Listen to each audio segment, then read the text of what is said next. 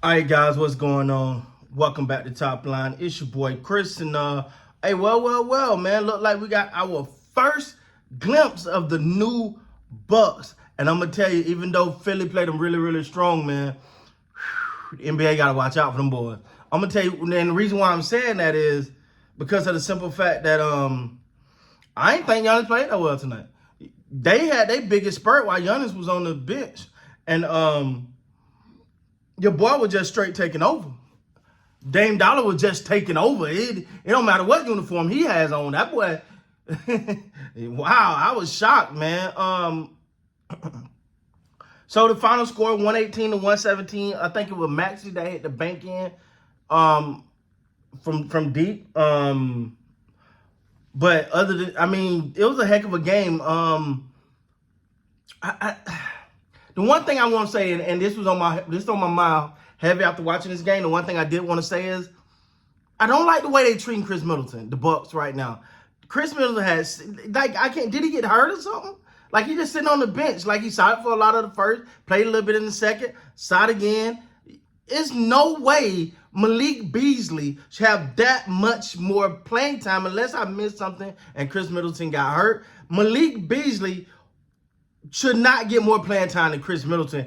Double during the playing time that Chris Middleton did. I understand, like, come on, bro. Like, that made no sense to me. Crowder had more playing time. Portis had more playing time. Bootchamp had more playing time. Connaughton had more playing time than Chris Middleton. Like, don't do that. We get who Dame is. Dame, and I get it. But don't do Chris Middleton like that. But all in all, though, man, Dame dropped 39. He was 9 of 24, 12 from 3, 17 of 17 from the free throw line, 8 rebounds, 4 assists, 39 points, man. You got to look out because when Giannis can rest like that, man, I think Giannis had how many? 35 minutes. So it wasn't crazy. But I think they had their biggest lead when Giannis was on the bench. When Giannis can go on the bench and that team continue to play and he ain't got to come in and play hero ball and try to save the day for them, I don't know, man. These Bucks gonna be a tough out, boy. These Bucks, and they got to figure again, like I said, that rotation. They got to figure that part out because I just still don't understand having Chris Middleton sit and Malik Beasley playing more than him. But I mean, it's game one, so I'm quite sure they'll see that and figure that out quick because yeah, that was. I don't know. That was really lump to me. For the 76ers, no James Harden. James Harden being James Harden. It's just what it is, man. It's all hoopla. No, it's all just all sauce. No, and not in a good way. Just what you call it when it's just all sauce, but no. It's like having some good A1 and good high 57 and no steak. Like he's not worth it to me no more. I'm sorry. He's just now this diva that want to do, and then they say he wanted to come on the bus. They say no, you're not coming. Not whatever. Nah, I'm good. I've been so out on James Harden. I'm so out on James Harden. That's all I got to say about that. He left his team out to dry tonight. And whatever. I'm so out on James Harden. That boy need to go. I hope you've been saving your money, bro. I hope you've been stacking some bread, and even get some bread now. So I hope you've been stacking it up, because bro, you on your way out. Ain't nobody finna deal with it. You're not worth it. You're not a game changer. You don't say, hey, put James Harden on this team right here. They going to a championship unless you delusional. Unless you say something like that, you delusional. James Harden not a needle mover, in my opinion. So anyway, moving on. Tobias Harris gave you 20 tonight. Embiid gave you 24. Tyrese Maxey, that young kid is legit, man. He gave you 31. Milton gave you 10. And then Kelly Oubre off the bench gave you 27. I mean, so everybody showed up, man.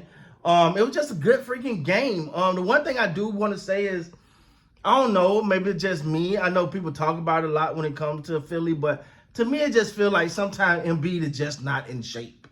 You know what I'm saying? I feel like he may hit shape about 10, about 10 games, 10, 15 games in. It just feel like he's always the one jogging back, the team want to take off, and I understand he's a big man, but and Philly shot horrible from the free throw line. They were 19 of 28 from the free throw line. The Bucks didn't do much better either, but that ain't gonna get you where you want to go. Nick Nurse, it's funny seeing Nick Nurse on the Philly sideline.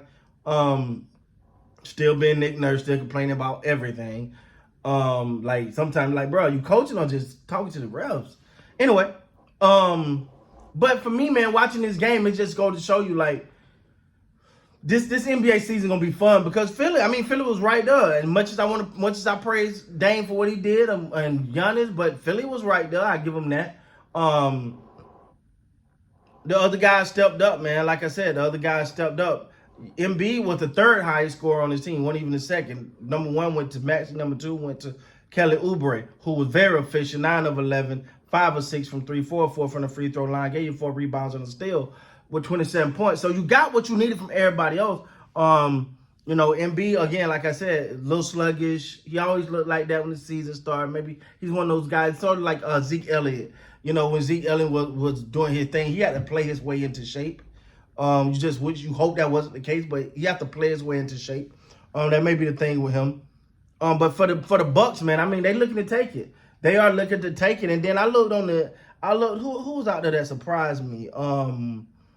Cameron Payne. I forgot Cameron Payne. I was like, ooh, they got Cameron Payne. He only had 9 minutes tonight, but he gonna play some big role, play a big role and get some big minutes during this season too. I think he's gonna be a catalyst for them getting to where they want to go. I see them having a lot of blowout games too. Some games where they just gonna sit Giannis and Dame and let them other boys just play. But right now, if you ask me, I do think the Bucks are the team to beat in the NBA. You got Phoenix out there. We haven't seen them hold yet, and that would scare me about Phoenix again. Book out, Bradley Beal out. Now you only got Kevin Durant. Then Kevin Durant. It's just not wishing injuries on nobody, but that situation scares me. We'll see with Milwaukee. But right now, man, they look poised to make a big run this year, man. It look like the NBA is there for the title's there for the taking. It's up to how they play. Like I said, I didn't think Giannis had his best game tonight. 0 for 3 from 3, 3 of 9 from the free throw line. Even though he's not a great free throw shooter, 10 of 12.